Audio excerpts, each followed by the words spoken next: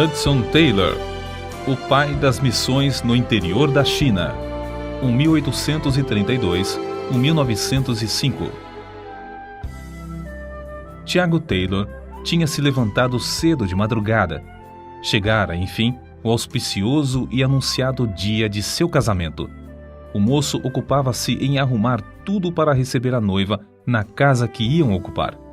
Enquanto trabalhava, meditava sobre as ocorrências recentes na aldeola. Duas famílias, a dos Cooper e a dos Shaw, converteram-se e convidaram John Wesley para pregar na feira. O velho discursou sobre a ira vindoura de tal maneira que o povo desistiu da amarga perseguição e deixou o intrépido pregador hospedar-se na casa do Sr. Shaw. Enquanto Tiago preparava a casa para a chegada da noiva, ouvia-se a voz da vizinha, a Sra. Shaw, cantando. Lembrou-se de como ela, meses antes, passava todo o tempo acamada, gemendo dia após dia, por causa do reumatismo que a deixara aleijada. Mas, quando confiou no Senhor, como disse, para a cura imediata, grande foi a transformação. E indizível foi a surpresa do marido ao voltar à casa. A esposa não somente estava curada e de pé, mas estava varrendo a cozinha. Tiago Taylor odiava a religião. Ainda mais que aquele era o dia em que se ia casar. Depois do casamento, iam dançar e beber, como se fazia em tais ocasiões. Mas não podia livrar-se das palavras, talvez ouvidas, do sermão do pregador. Porém, eu e a minha casa serviremos ao Senhor. Sim, ia ter uma esposa e assumir as responsabilidades de marido e de pai de família. Grande tinha sido seu descuido. Resolvido, então, a entrar seriamente na vida de casado, começou a repetir as palavras: serviremos ao Senhor. As horas se passavam. O sol subia mais e mais sobre as casas cobertas de neve. Mas o jovem Tiago, esquecido de tudo que é material e tomado pela realidade das coisas eternas, permaneceu de joelhos, face a face com Deus. O amor do Salvador, por fim, venceu seu coração, e Tiago Taylor levantou-se com a alma cheia do Senhor Jesus. Podemos imaginar como os sinos dobraram, como a noiva e os convivas se impacientaram nesse dia. Já havia passado a hora para a cerimônia de casamento quando o jovem despertou do enlevo com Deus e se levantou da oração. Depois de vestir-se, venceu rapidamente os 3 quilômetros até o vilarejo de Royston.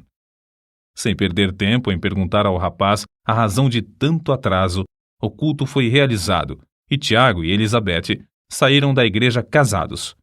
O jovem não vacilou e, ao sair, contou tudo acerca da sua conversão ao ouvido de Betty.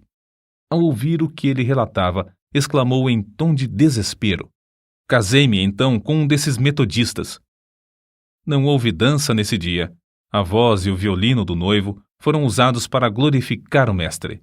Betty, apesar de saber em seu coração que Tiago tinha razão, continuou a resistir e a queixar-se dia após dia.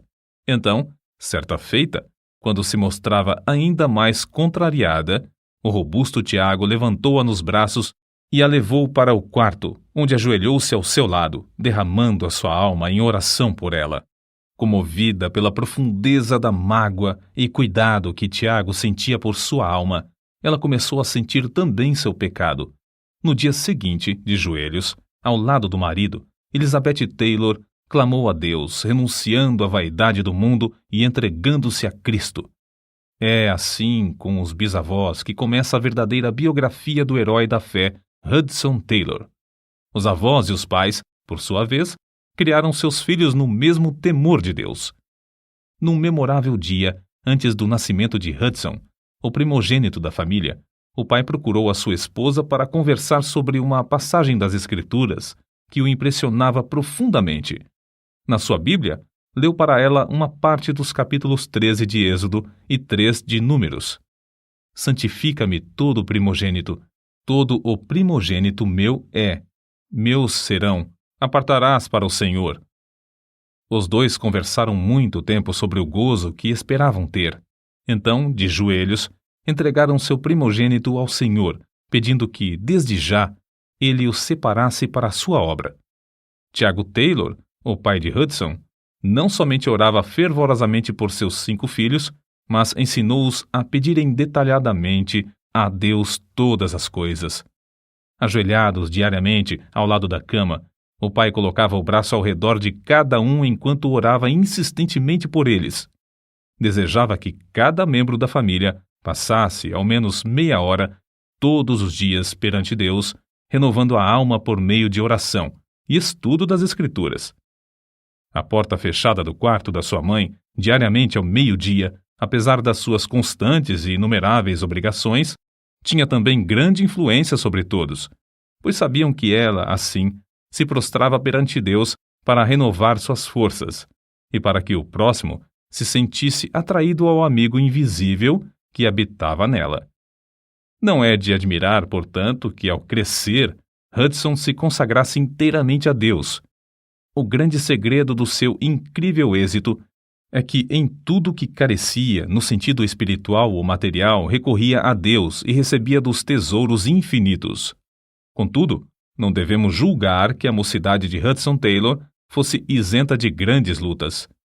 Como acontece com muitos, o moço chegou à idade de 17 anos sem reconhecer a Cristo como seu Salvador. Acerca disso, ele escreveu mais tarde: "Pode ser coisa estranha, mas sou grato pelo tempo que passei no ceticismo.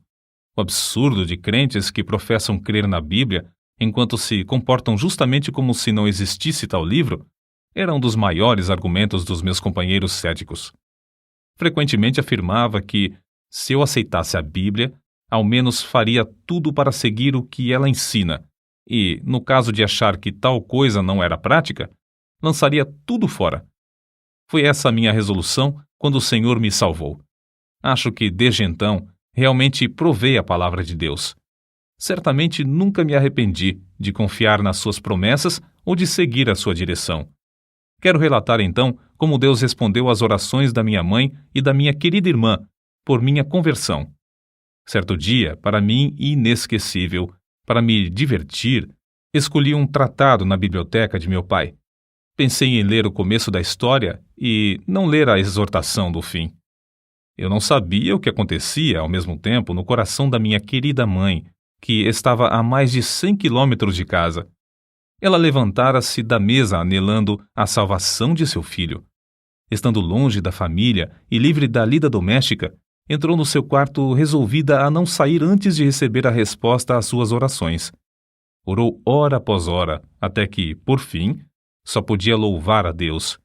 O Espírito Santo revelou-lhe que o filho por quem orava já se havia convertido. Eu, como já mencionei, fui dirigido ao mesmo tempo a ler o tratado. Fui atraído pelas palavras "a obra consumada". Perguntei-me a mim mesmo: por que o escritor não escreveu "a obra propiciatória"? Qual é a obra consumada? Então, vi que a propiciação de Cristo era plena e perfeita. Toda a dívida de nossos pecados ficou paga, e não restava coisa alguma que eu fizesse. Então, raiou em mim a gloriosa convicção. Fui iluminado pelo Espírito Santo para reconhecer que eu somente precisava prostrar-me e, aceitando ao Salvador e a sua salvação, louvá-lo para todo sempre.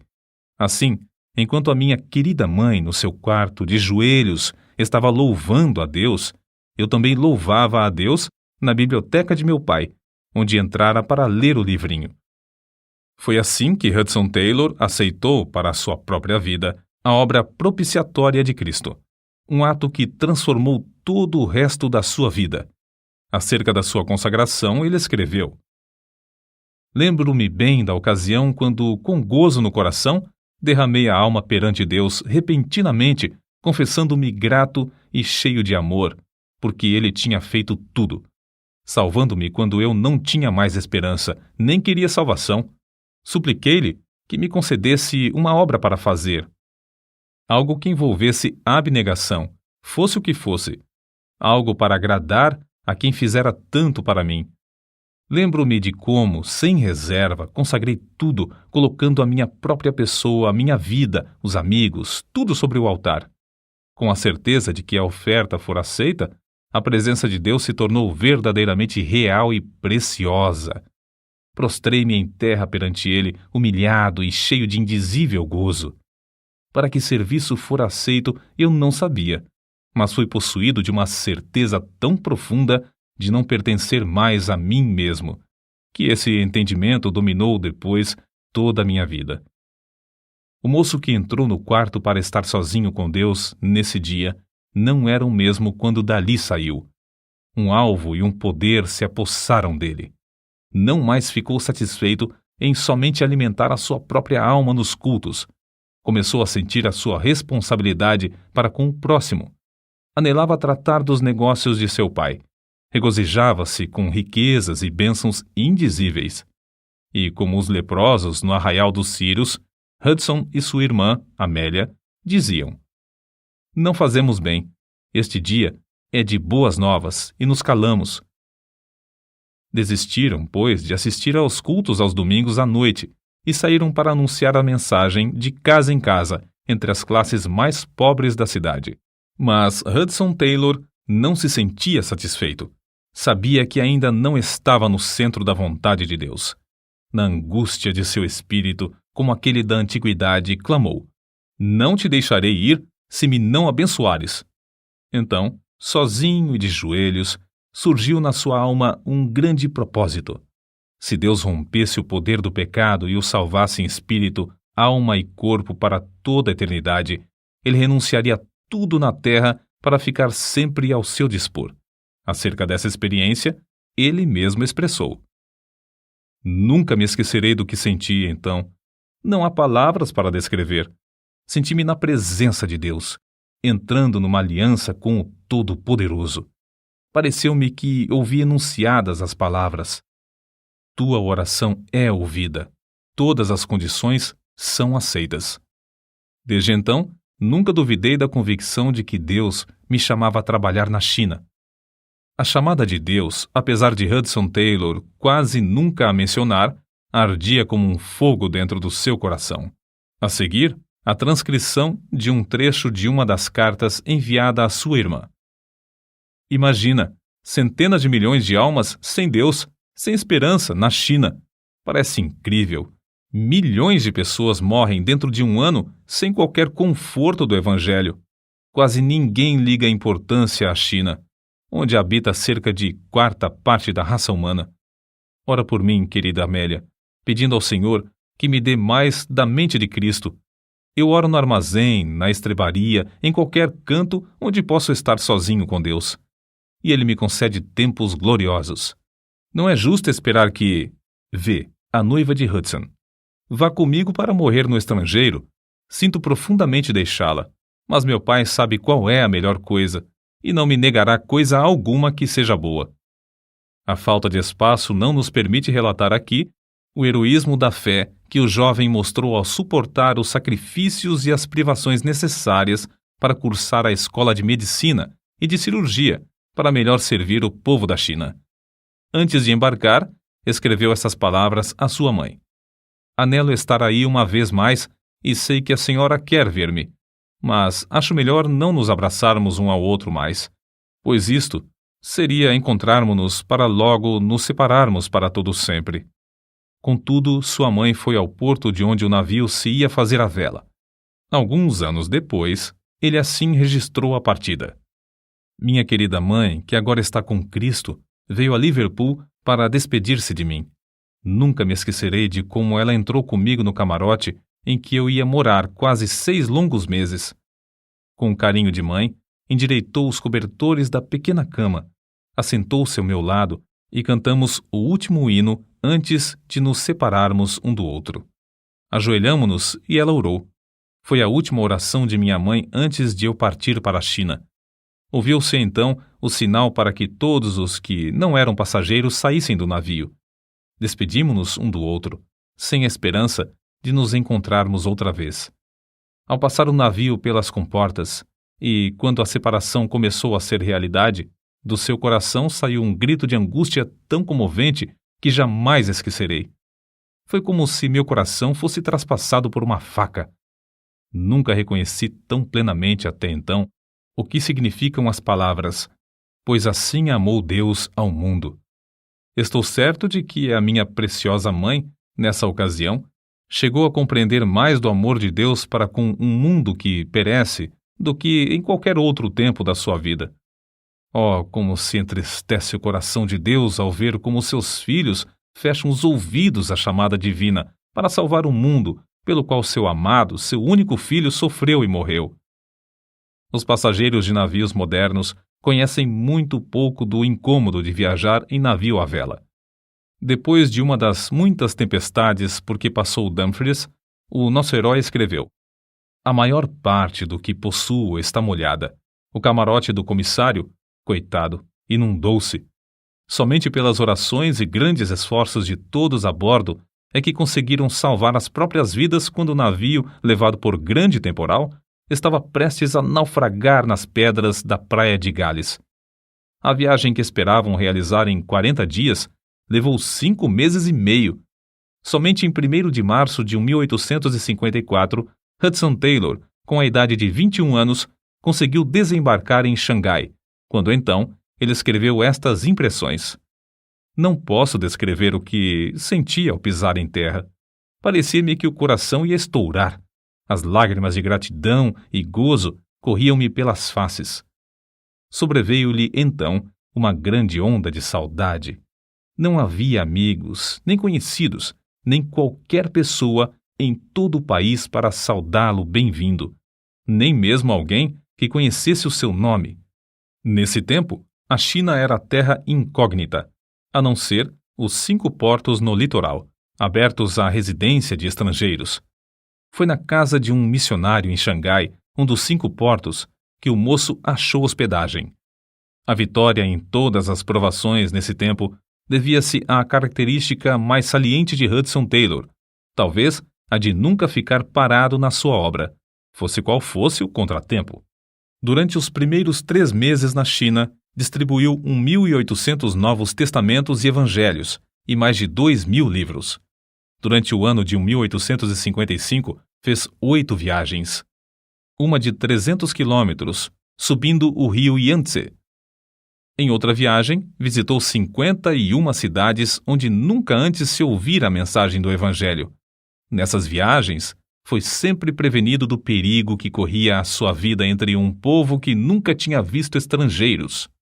Para ganhar mais almas para Cristo, apesar da censura dos demais missionários, adotou o hábito de vestir-se como os chineses. Rapou a cabeça na frente, deixando o resto dos cabelos a formar trança comprida. A calça, que tinha mais de meio metro de folga, ele assegurava conforme o costume, com um cinto. As meias eram de chita branca, o calçado de cetim.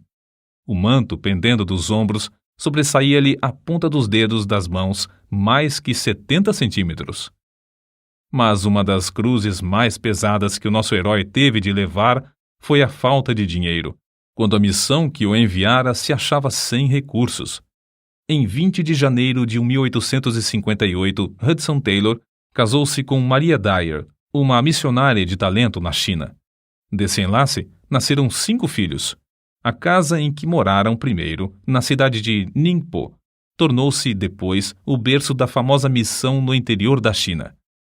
As privações e os encargos de serviço em Xangai, Ningpo e outros lugares eram tais que Hudson Taylor, antes de completar 6 anos na China, foi obrigado a voltar à Inglaterra para recuperar a saúde. Foi para ele quase como que uma sentença de morte quando os médicos informaram-lhe de que nunca mais devia voltar à China. Entretanto, o fato de perecerem mais de 1 milhão de almas todos os meses na China era uma realidade para Hudson Taylor. Com seu espírito indômito, ao chegar à Inglaterra, iniciou imediatamente a tarefa de preparar um inário e a revisão do Novo Testamento para os novos convertidos que deixara na China. Usando ainda o traje chinês, trabalhava tendo o mapa da China na parede e a Bíblia sempre aberta sobre a mesa. Depois de alimentar-se e fartar-se da palavra de Deus, fitava o mapa, lembrando-se dos que não tinham tais riquezas. Todos os problemas ele os levava a Deus.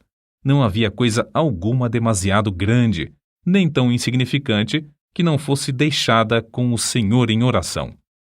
Em razão de suas atividades, estava tão sobrecarregado de correspondência e nos trabalhos dos cultos em prol da China, que após a sua chegada passaram-se mais de 20 dias antes de conseguir abraçar seus queridos pais em Barnsley. Passava às vezes a manhã, outras vezes à tarde, em jejum e oração. O trecho seguinte, escrito por ele, mostra como a sua alma continuou a arder pela obra missionária através de seus discursos nas igrejas da Inglaterra. Havia a bordo, entre os companheiros de viagem, certo chinês que se chamava Pedro. Passara alguns anos na Inglaterra, mas, apesar de conhecer algo do Evangelho, não reconhecia coisa alguma do seu poder para salvar. Senti-me ligado a ele e esforcei-me em orar e falar para levá-lo a Cristo. Mas quando o navio se aproximava de Sunkyang e eu me preparava para ir à terra pregar e distribuir tratados, ouvi o grito de um homem que caíra na água. Fui ao convés com os outros e Pedro tinha desaparecido.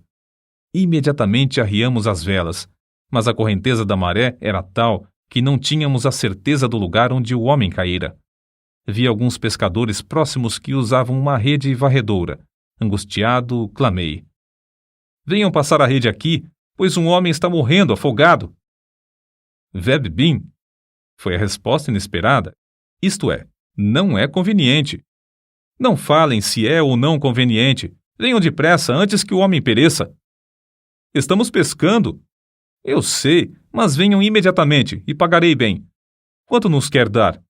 $5, mas não fiquem conversando. Salvem o homem sem demora. $5 não basta, responderam eles. Não faremos por menos de $30. Mas não tenho tanto, darei tudo o que eu tenho. Quanto tem o senhor? Não sei, porém não é mais do que $14. Então os pescadores vieram e passaram a rede no lugar indicado. Logo a primeira vez, apanharam o corpo do homem. Mas todos os meus esforços para restaurar-lhe a respiração foram inúteis. Uma vida fora sacrificada pela indiferença dos que podiam salvá-la quase sem esforço. Ao ouvirem contar essa história, uma onda de indignação passou por todo o grande auditório. Haveria em todo o mundo um povo tão endurecido e interesseiro como esse? Mas ao continuar o seu discurso, a convicção feriu ainda mais o coração dos ouvintes. O corpo, então, tem mais valor do que a alma? Censuramos esses pescadores, dizendo que foram culpados da morte de Pedro porque era coisa fácil salvá-lo. Mas o que acontece com os milhões que estamos deixando perecer para toda a eternidade? Que diremos acerca da ordem implícita: "Ide por todo o mundo, pregai o evangelho a toda criatura"? Deus nos diz também: "Livra os que estão destinados à morte e os que são levados para a matança, se os puderes retirar. Se disseres: eis que não sabemos, porventura aquele que pondera os corações não o considerará? E aquele que atenta a tua alma não o saberá? Não pagará ele ao homem conforme a sua obra? Credes que cada pessoa entre esses milhões na China tem uma alma imortal e que não há outro nome debaixo do céu, dado entre os homens, a não ser o precioso nome de Jesus, pelo qual devamos ser salvos? Credes que ele só, é o caminho, a verdade e a vida, e que ninguém vai ao Pai, senão por ele? Se assim o credes, examinai-vos a vós mesmos, para ver se estáis fazendo todo o possível para levar seu nome a todos. Ninguém deve dizer que não é chamado para ir à China. Ao enfrentar tais fatos, todas as pessoas precisam saber se tem uma chamada para ficar em casa. Amigo, se não tens certeza de uma chamada para continuar onde estás, como podes desobedecer à clara ordem do Salvador para ir? Se estás certo, contudo, de estares no lugar onde Cristo quer, não por causa do conforto ou dos cuidados da vida, então estás tu orando como convém em favor dos milhões de perdidos da China? Estás tu usando teus recursos para a salvação deles? Certo dia, não muito depois de haver regressado à Inglaterra, Hudson Taylor veio a saber que o número de missionários evangélicos na China diminuíra em vez de aumentar. Apesar de a metade da população pagã estar na China, o número de missionários, durante o ano, tinha diminuído de 115 para somente 91. Começaram a soar aos ouvidos do missionário estas palavras: quando eu disser ao ímpio, certamente morrerás, não avisando tu, não falando para avisar o ímpio acerca do seu caminho ímpio para salvar a sua vida, aquele ímpio morrerá na sua maldade, mas o seu sangue da tua mão o requererei. Era um domingo, 25 de junho de 1865, pela manhã. Hudson Taylor, cansado e doente, estava com alguns amigos em Brighton, à beira-mar. Mas, não podendo suportar mais o regozijo da multidão na casa de Deus, retirou-se para andar sozinho nas areias da maré vazante. Tudo em redor era paz e bonança, mas na alma do missionário rugia uma tempestade. Por fim, com alívio indizível, clamou: Tu, Senhor, tu podes assumir todo o encargo. Com tua chamada, e como teu servo, avançarei, deixando tudo nas tuas mãos. Assim, a missão no interior da China foi concebida na sua alma, e todas as etapas do seu progresso realizaram-se por seus esforços. Na calma do seu coração, na comunhão profunda e indizível com Deus, originou-se a missão. Com o lápis na mão, abriu a Bíblia e, enquanto as ondas do vasto mar batiam aos seus pés, escreveu as simples, mas memoráveis palavras: em 25 de junho de 1865, orei em Brighton pedindo 24 trabalhadores competentes e dispostos. Mais tarde, recordando-se da vitória dessa ocasião, escreveu: grande foi o alívio de espírito que senti ao regressar da praia. Depois de findar o conflito, tudo era gozo e paz. Parecia que me faltava muito pouco para voar até a casa do Sr. Pierce. Na noite desse dia, dormi profundamente. A querida esposa achou que a visita a Brighton serviu para renovar-me maravilhosamente. Era verdade. O vitorioso missionário, juntamente com a família e os 24 chamados por Deus, embarcou em Londres, no Lamermuir, em direção à China, em 26 de setembro de 1865.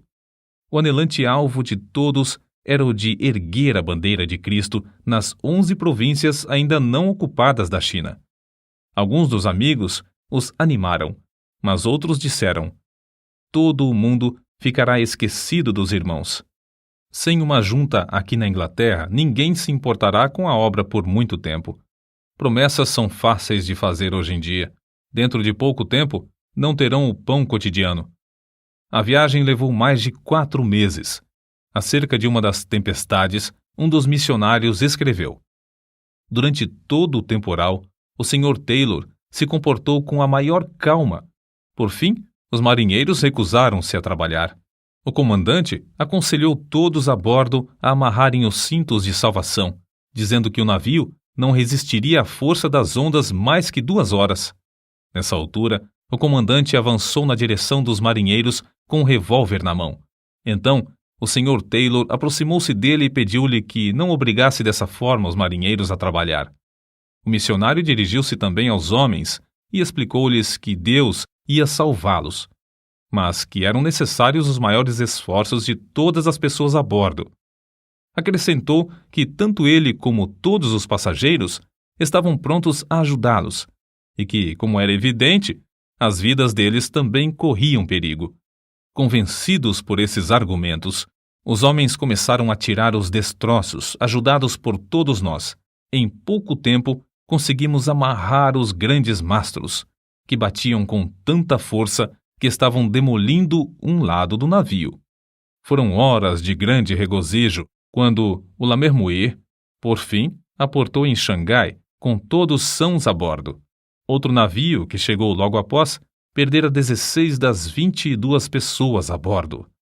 Os missionários iniciaram o ano de 1867 com um dia de jejum e oração, pedindo, como Jabes, que Deus os abençoasse e estendesse os seus termos.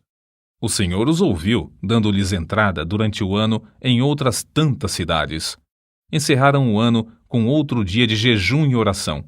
Um culto durou das 11 da manhã às 3 da tarde, sem ninguém se sentir enfadado.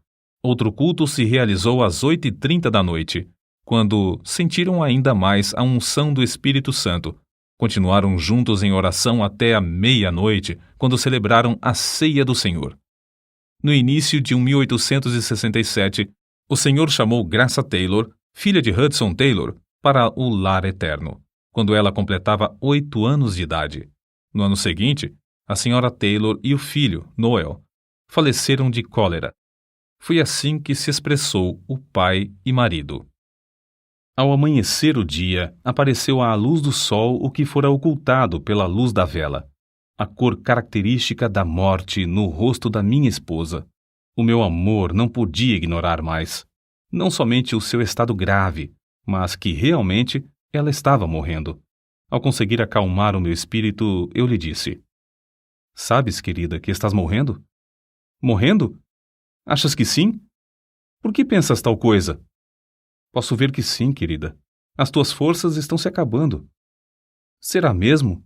Não sinto qualquer dor, apenas cansaço." "Sim. Estás saindo para a casa paterna. Brevemente estarás com Jesus."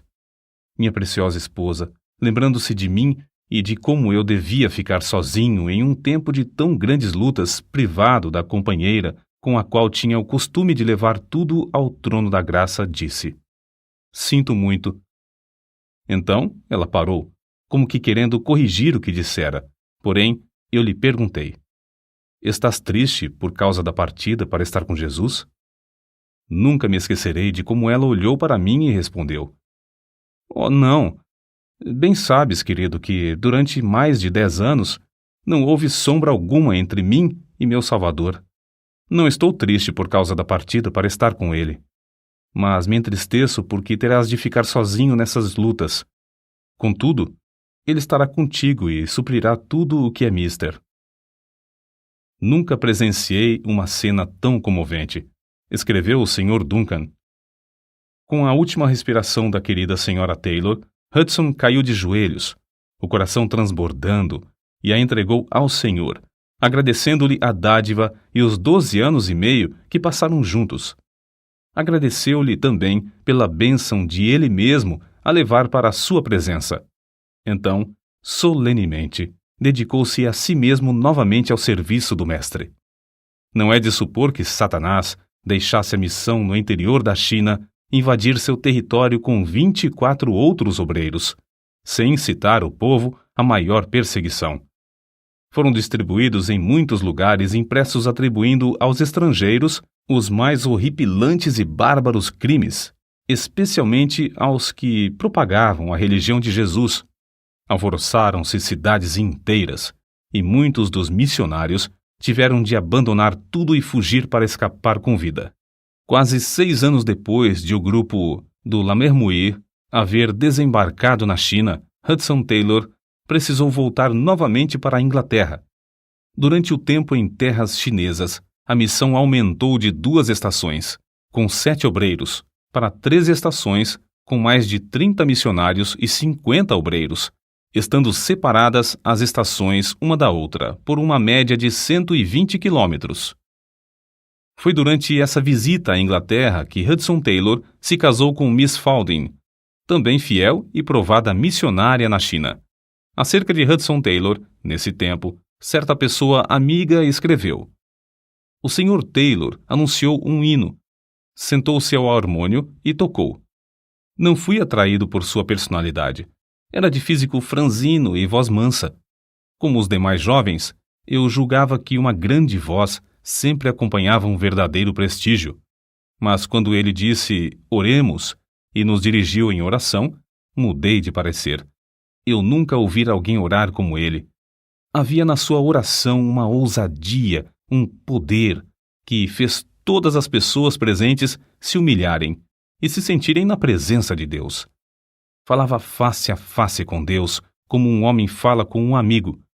Sem dúvida, tal oração era fruto de longa permanência com o Senhor. Era como o orvalho descendo dos céus. Tenho ouvido muitos homens orarem, mas não ouvi ninguém como o Sr. Taylor e o Sr. Spurgeon. Ninguém, depois de ouvir como esses homens oravam, pode esquecer-se de tais orações. Foi a maior experiência da minha vida ouvir o Sr. Spurgeon. Era como se ele tivesse tomado a mão do auditório de 6.000 pessoas e as levado ao Santo dos Santos. E ouvir o Sr. Taylor rogar pela China era reconhecer algo do que significa a súplica fervorosa do justo. Foi em 1874 quando, com a esposa, subiam o grande rio Yangtze e ele meditava sobre as 9 províncias que se estendiam dos trópicos de Burma ao planalto da Mongólia e as montanhas do Tibete, que Hudson Taylor escreveu.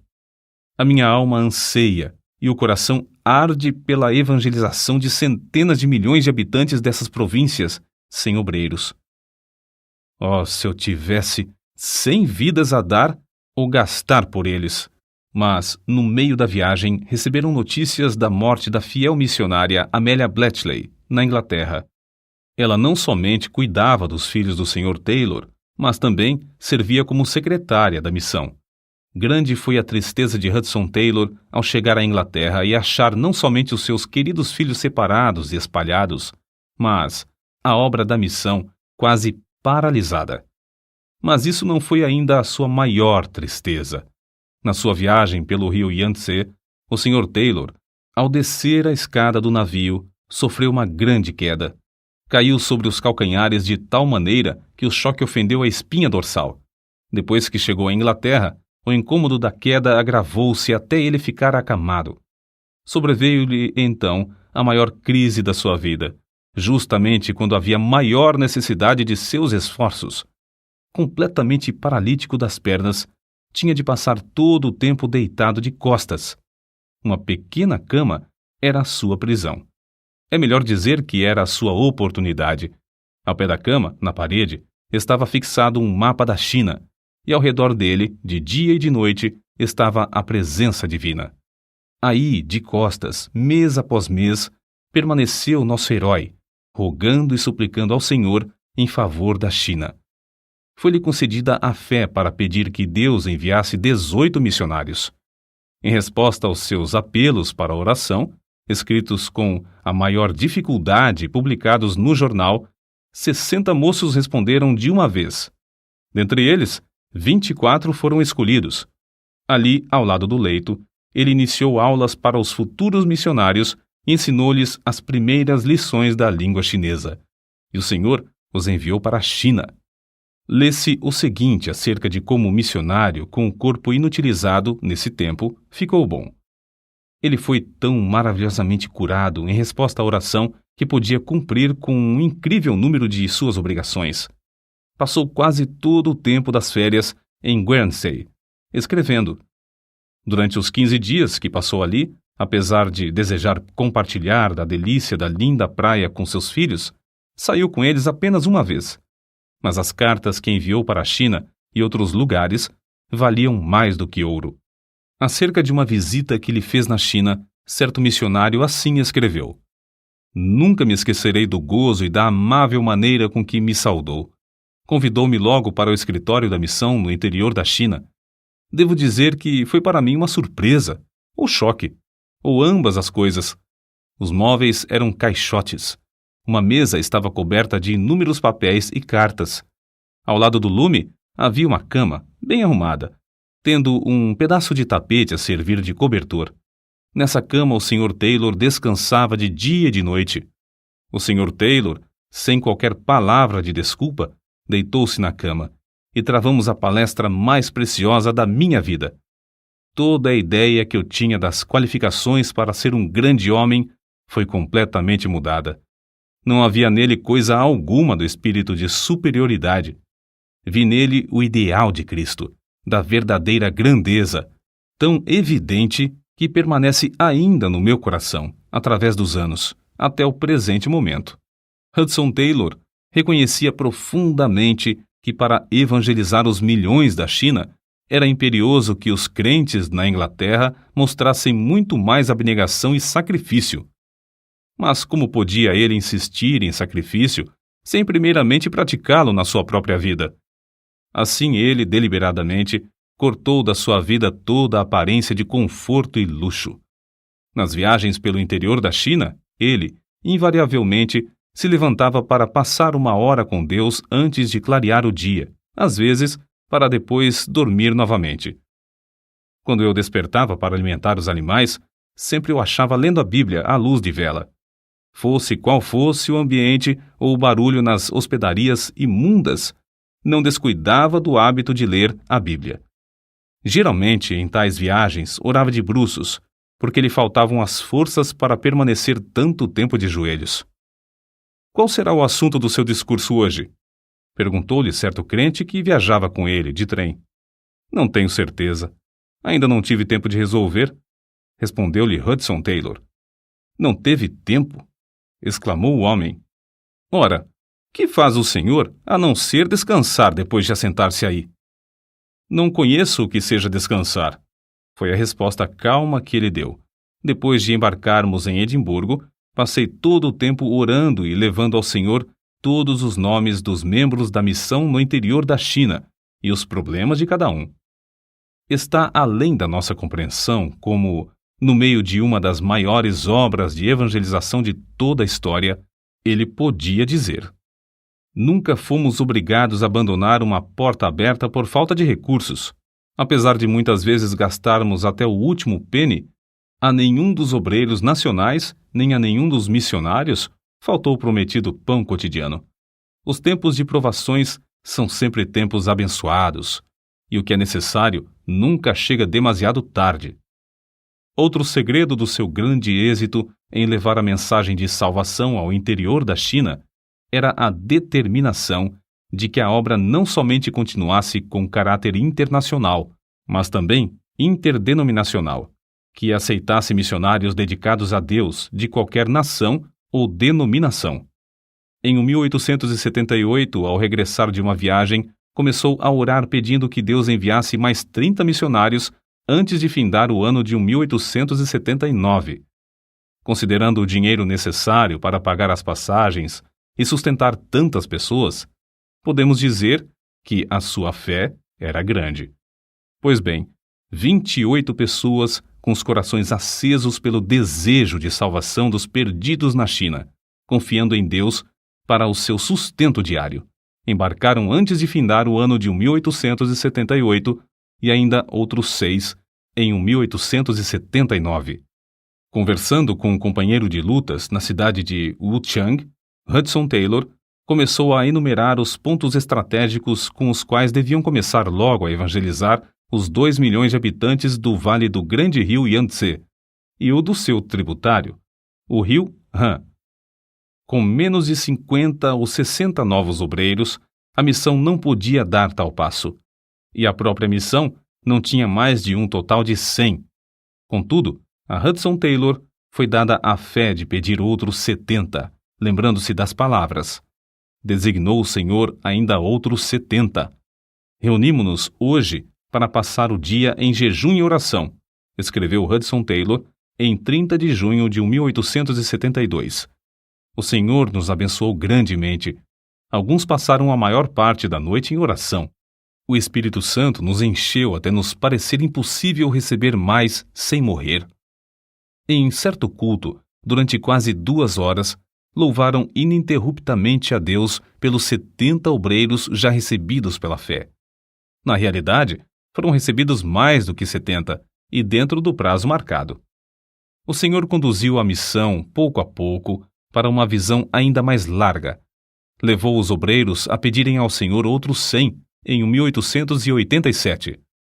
Assim disse o Sr. Stephenson: se me mostrassem uma foto de todos os 100, batida aqui na China, não seria mais real do que realmente é.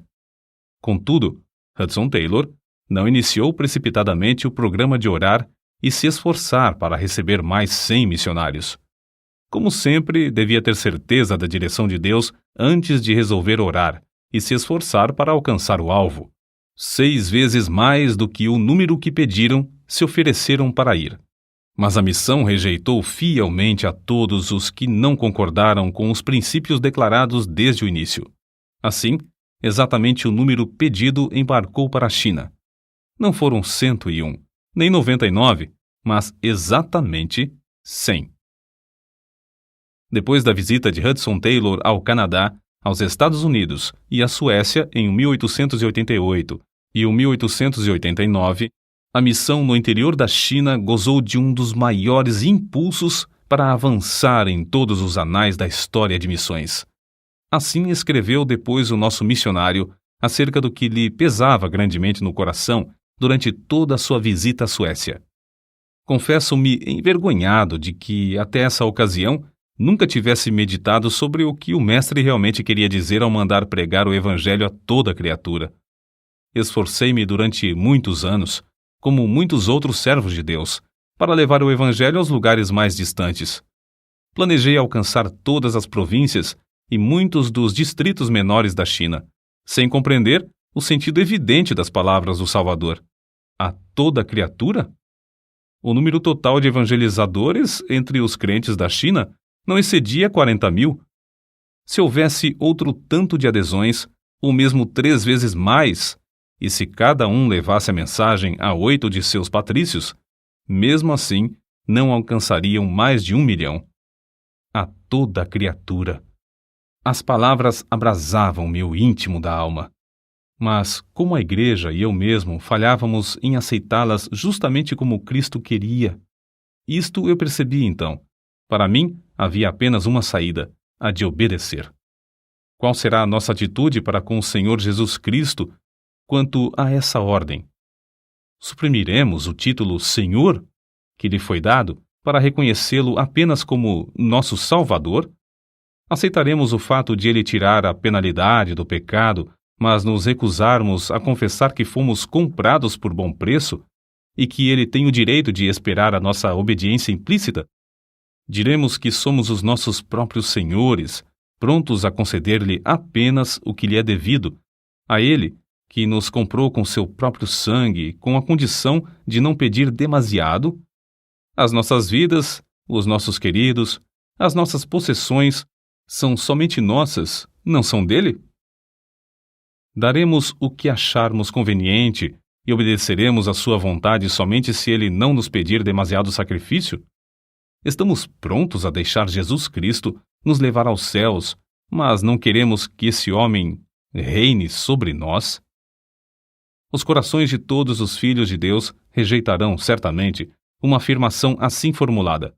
Mas não é verdade que inumeráveis crentes em todas as gerações se comportaram tal como se isso fosse a base própria para suas vidas? São poucas as pessoas que o povo de Deus que reconhecem a verdade de que ou Cristo é o Senhor de tudo, ou então não é Senhor de coisa alguma. Se somos nós que julgamos a palavra de Deus e não a palavra que nos julga, se concedemos a Deus somente o quanto quisermos, então somos nós os senhores, e ele o nosso devedor, e, consequentemente, ele deve ser grato pela esmola que lhe concedemos. Deve sentir-se obrigado por nossa concordância aos seus desejos. Se, ao contrário, ele é Senhor, então tratemo-lo como Senhor. E por que me chamais Senhor, Senhor, e não fazeis o que eu digo? Foi assim que Hudson Taylor, sem esperar, alcançou a mais larga visão da sua vida, a visão que dominou a última década de seu serviço. Com os cabelos já grisalhos, após 57 anos de experiência, enfrentou um novo sentido de responsabilidade com a mesma fé e confiança que o caracterizavam quando era mais novo. Sua alma ardia ao meditar nos alvos antigos. Ficou ainda mais firme ao executar a visão de outrora. Foi assim que sentiu a direção de unificar todos os grupos evangélicos que trabalhavam na evangelização da China em torno de um mesmo alvo: orar e se esforçar para que fosse aumentado o número de missionários, enviando à China outros 1.000, dentro de 5 anos. O número exato enviado à China durante esse prazo foi de 1.153. Não é, pois, de admitir que as forças físicas de Hudson Taylor começassem a faltar. Não tanto pelas privações e cansaço das viagens contínuas, nem pelos esforços incansáveis em escrever e pregar, nem pelo peso das grandes e inumeráveis responsabilidades de dirigir a missão no interior da China. Os que o conheciam intimamente sabiam que era um homem gasto de tanto amar. A gloriosa colheita de almas na China aumentava cada vez mais, mas a situação política do país piorava dia após dia até culminar na carnificina dos Boxers, no ano de 1900, quando centenas de crentes foram mortos. Somente da missão no interior da China pereceram 58 missionários e 21 de seus filhos.